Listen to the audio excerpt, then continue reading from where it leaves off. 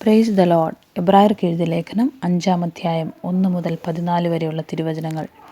മനുഷ്യരുടെ ഇടയിൽ നിന്നെടുക്കുന്ന ഏത് മഹാപുരോഹിതനും പാപങ്ങൾക്കായി വഴിപാടും യാഗവും അർപ്പിപ്പാൻ ദൈവകാര്യത്തിൽ മനുഷ്യർക്ക് വേണ്ടി നിയമിക്കപ്പെടുന്നു.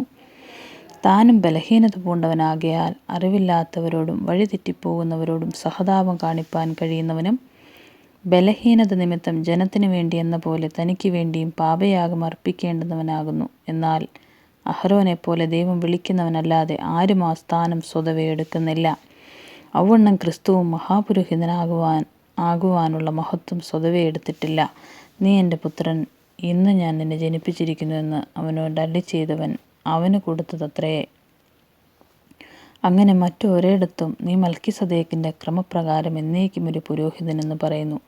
ക്രിസ്തു തൻ്റെ ഐഹിക ജീവകാലത്ത് തന്നെ മരണത്തിൽ നിന്ന് രക്ഷിപ്പാൻ കഴിയുന്നവനോട് ഉറച്ച നിലവിളിയോടും കണ്ണുനീരോടും കൂടെ അപേക്ഷയും അഭയയാചനയും കഴിക്കുകയും ഭയഭക്തി നിമിത്തം ഉത്തരം ലഭിക്കുകയും ചെയ്തു.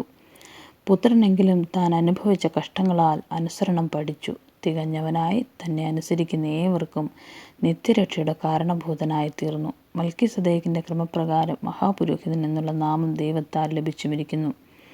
ഇതിനെക്കുറിച്ച് ഞങ്ങൾക്ക് വളരെ പറവാനുണ്ട്. എങ്കിലും നിങ്ങൾ കേൾപ്പാൻ മാന്യമുള്ളവരായി തീർന്നതുകൊണ്ട് തെളിയിച്ചു തരുവാൻ വിഷമം.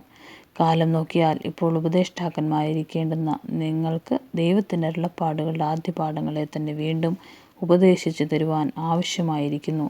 കട്ടിയായുള്ള ആഹാരമല്ല, പാലത്രേ നിങ്ങൾക്ക് ആവശ്യമെന്ന് വന്നിരിക്കുന്നു. പാൽ കുടിക്കുന്നവനെല്ലാം നീതിയുടെ വചനത്തിൽ പരിചയമില്ലാത്തവനത്രേ. അവൻ ശിശുവല്ലോ. കട്ടിയായുള്ള ആഹാരം നന്മ തിന്മകളെക്കുറിച്ച് അറിവാൻ തഴക്കത്താൽ അഭ്യസിച്ച ഇന്ദ്രിയങ്ങളുള്ളവരായി പ്രായം തികഞ്ഞവർക്കേ പറ്റുകയുള്ളൂ. ആമേൻ.